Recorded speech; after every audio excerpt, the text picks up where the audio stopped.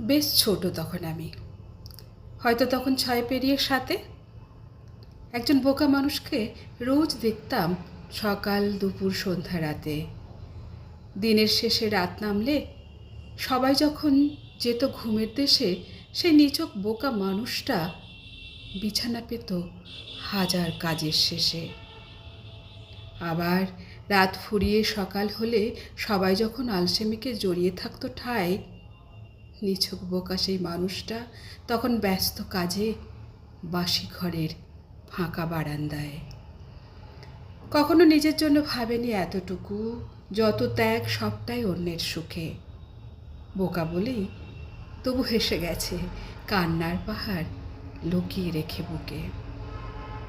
তবুও বহুবার বহুদিন মূল্যায়ন হয়েছে তার, বারবার চোখ ভেসেছে চুলচেরা বিশ্লেষণে।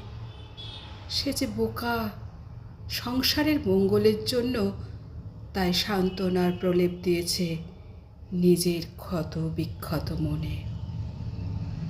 এখন আমি বড় হয়েছি, সন্তানের মা হয়েছি। এখন আমিও বুঝতে পারি আমার বোকা মায়ের মতো জগতের সব মায়েরাই নিছকই বোকা হয়, লুকিয়ে রেখে হাজার ব্যথার ক্ষত। নিছক বোকা। কলমে চন্দন কোটাল।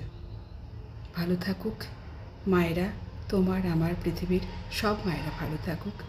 আজ এই বিশেষ দিবসে নয়, প্রতিটা দিন প্রতিটা মুহূর্তে তাদের আশীর্বাদ আমাদের পাথেয় হোক।